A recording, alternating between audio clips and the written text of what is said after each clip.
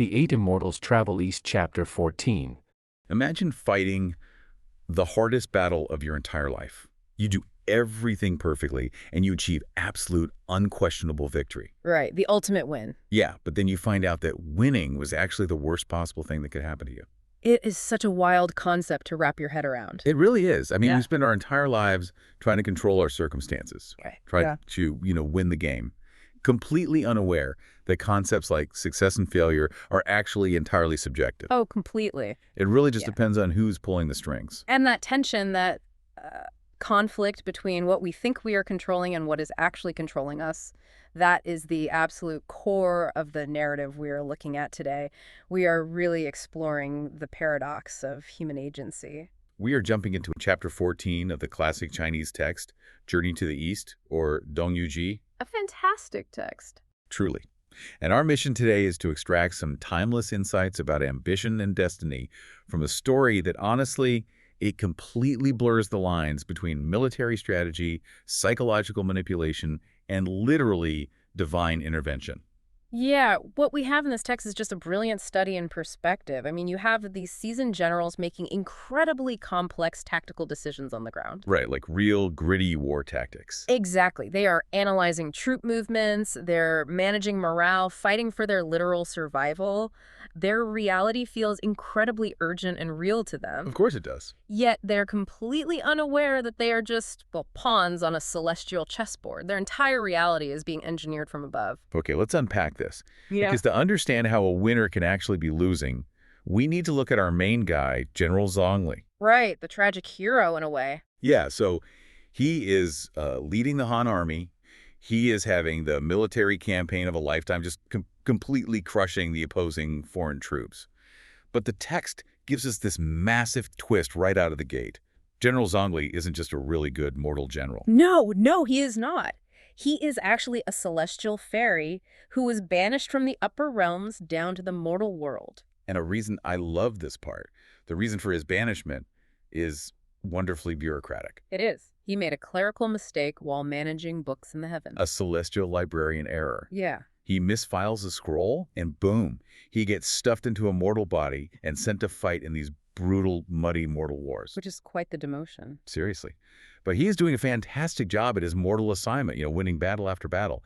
But hovering above this battlefield is an immortal observer. His name is Iron Crutch Lee, or Tieguai. Right, Tieguai is just watching all of this unfold. Yeah, he looks down at these killing fields, sees Zhongli winning, and decides that this is a catastrophic problem. He literally calls Zhongli's success a mortal delusion. And I gotta be honest, I struggle with Tieguai's logic here. I mean, from Zhongli's perspective, down in the mud, he is serving his emperor, he's keeping his men alive. It feels, I don't know, it feels like a parent unplugging their kid's video game console right when they're about to beat the final boss, just to, force them to go play outside. That's a great analogy. Yeah. But if we connect this to the bigger picture, Tieguai operates on a completely different value system. Okay, how so? Well, in the celestial view, earthly success is the ultimate trap. Consider the mechanics of what happens if Zhongli wins this war. He gets promoted, right? Exactly. He gets earthly rewards, titles, nobility, massive wealth, political power. And according to celestial logic, those rewards are anchors. Oh, I see. They weigh him down. Right. They will sink Zhongli so deep into mortal desires that he will become entirely distracted from spiritual enlightenment, which is known as the Great Tao. The Great Tao being the ultimate path to cosmic harmony. Yes, and immortality. So success in the mortal realm mathematically equals failure in the spiritual realm because it just feeds the ego. Wow. So by winning the earthly game, he is literally losing his cosmic soul. Exactly. Furthermore, there is a strict deterministic element to the universe in this text. Tieguai notes that destiny dictates the foreign troops are simply not meant to be wiped out by Zhongli. It's just not in the script for him. Right. It is not his place in the grand scheme of the universe to claim that ultimate victory. Somebody else is fated to finish that job later on. So Tieguai's solution is drastic, but it is logically sound within his framework. Which is what? The only way to save Zhongli from spiritual mediocrity is to force him to lose. He must engineer a devastating failure to shatter this illusion of mortal importance. Man, talk about tough love. But, to ruin a winner, you need a desperate loser. So we shift our focus to the enemy camp. Yeah. And General Buyu is about as desperate as they come. He really is at rock bottom. Yeah, the text tells us he has just lost 80 to 90% of his troops. Out of an army of 100,000 men? Right, so he is sitting in his tent with this battered remnant of an army. He is depressed, he is out of ideas, basically just waiting for the end. And the psychology of a leader in that specific situation is fascinating. When resources are that depleted, the human brain's executive function actually degrades. Oh, really? Like you literally can't think straight. Exactly. Desperation creates a massive cognitive vulnerability. A drowning man will grab at a sword blade if he thinks it will keep him afloat. That is a brutal image, Yeah. but it makes perfect sense. So, into this environment of total despair walks Tieguai. He is disguised as this ordinary old man. He enters Buyu's tent, bows, but blatantly refuses to kneel. Which is huge. Right. That is an enormous sign of disrespect to a general. Then, with absolute audacity, this old man congratulates the defeated, miserable general. I mean, why wouldn't Buyu just execute this guy on the spot for mocking him? Well, the disrespect is actually a calculated psychological mechanism. Wait, how so? By breaking the expected protocol, the old man acts as a disruptive anchor. He shocks Buyu out of his depressive spiral just enough to command his attention. Oh, like a slap to the face. Exactly. And then Tieguai masterfully exploits Buyu's cognitive bias. He tells Buyu exactly what a desperate general wants to hear, but he wraps it in this cold, unassailable logic. Right. He offers a strategic analysis, but it's wrapped in mysticism. Yes. The old man points out a sound military principle first. He says, look, the Han army just won a massive victory, which means they will be arrogant, they'll be celebrating, and they'll be sloppy. Which makes sense tactically. It does. But a purely tactical argument might not be enough to convince a general who just watched 80,000 of his men die. So Tieguai layers on astronomical data. The star stuff. Right. He claims the Chinese general's star is dimming in the sky and a disaster star is approaching the Han camp that very night. And we should probably clarify what that means for you listening because, modern readers might just hear astrology and think of horoscopes. Right, like checking your star sign? Exactly.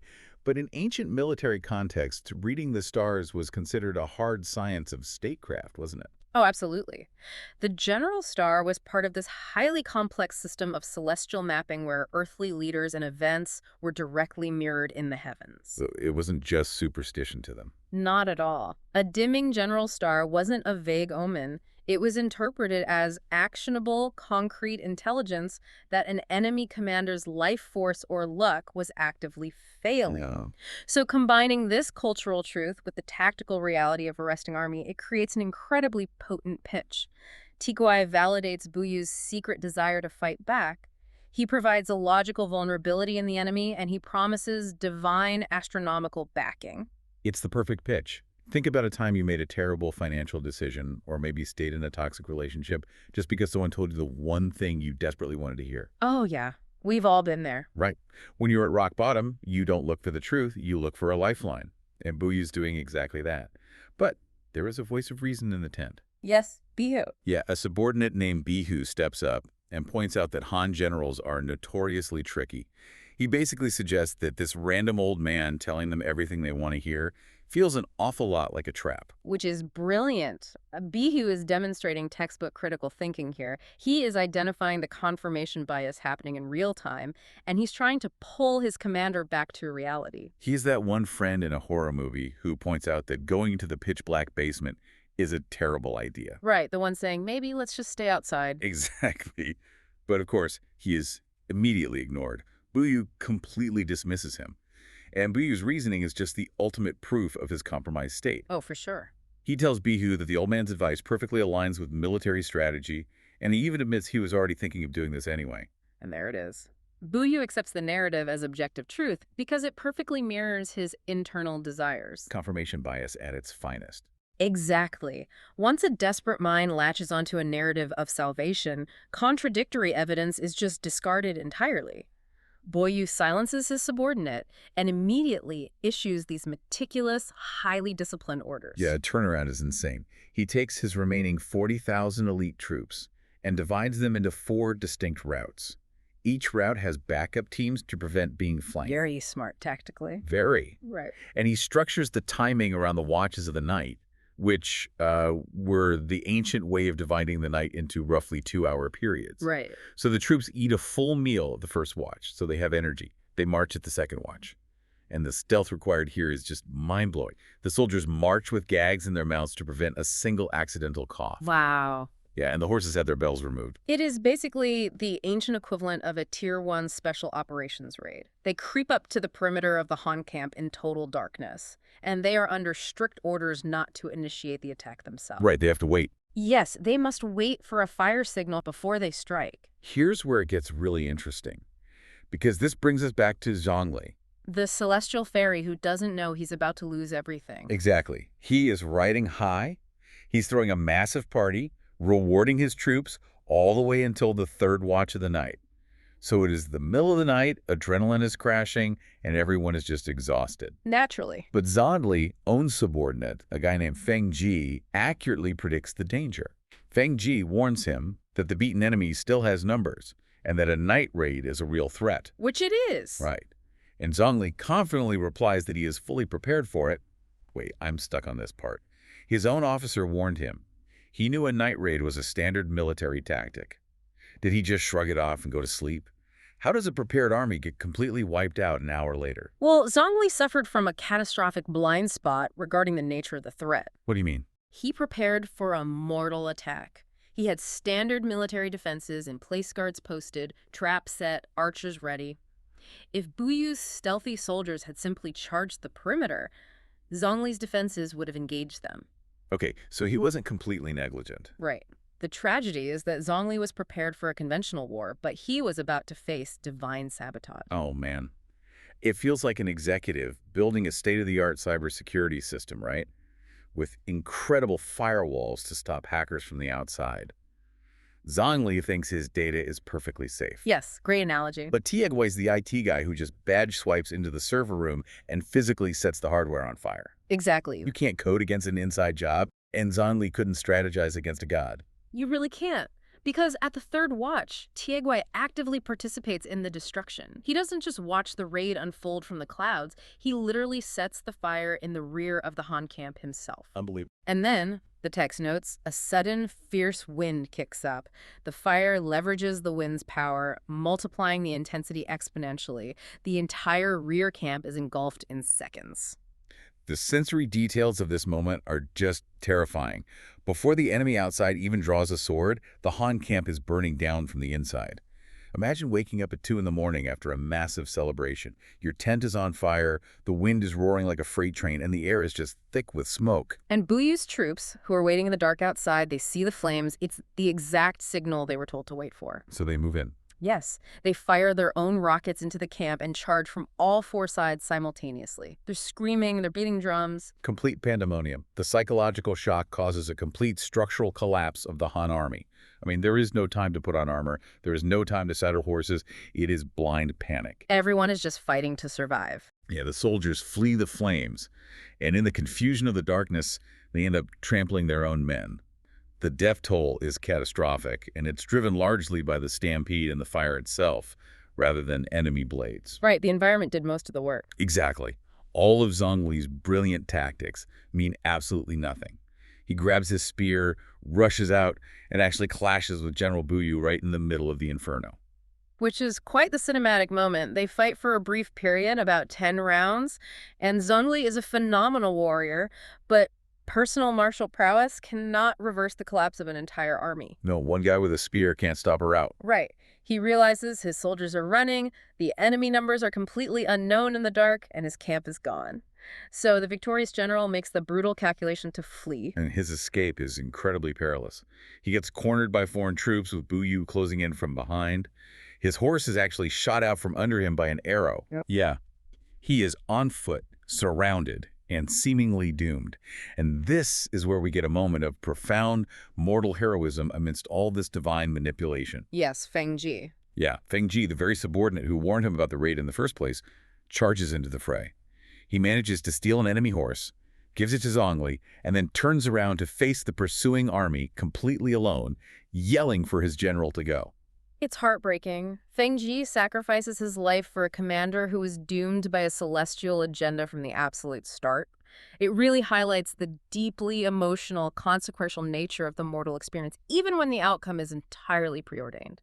So Zhongli escapes the immediate slaughter. He rides the stolen horse up a hillside, out of the valley, and turns back.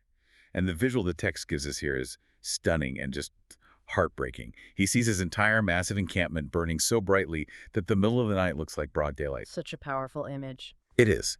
He takes a head count of the survivors who made it up the hill with him. Out of his massive, victorious force, he has exactly 1,000 men left. Everything he built, every single strategic victory he achieved, is reduced to ashes in a single hour. The realization hits him with such physical force that he lets out this massive, agonizing scream and literally falls off his horse. He just collapses. Yeah, he collapses in pure despair. His mortal ambitions are completely, utterly shattered. And the foreign troops, they don't even pursue him into the valley. They've done what they came to do. Or, more accurately, they have done exactly what Tieguai needed them to do. What's fascinating here is the grand, almost cosmic irony of the entire situation. The only entity who truly won was the one who didn't fight. Tieguai? Yes, every single piece on the board moved exactly as Tieguai required. By orchestrating a devastating military defeat, he saved Zhongli from spiritual mediocrity. Wow. He successfully stripped away the pride, the status, and all those earthly rewards that would have anchored Zhongli to the mortal realm forever. So General Buyu is sitting down there in that burned-out camp, thinking he is a tactical genius who won through sheer grit, the favor of the stars, and a brilliant night raid. Yeah. And General Zhongli is lying in the dirt on a hillside, thinking he lost through a momentary lapse in judgment and incredibly bad luck with the wind. Right. Neither of them has the perspective to see they were just actors reciting lines in a celestial script.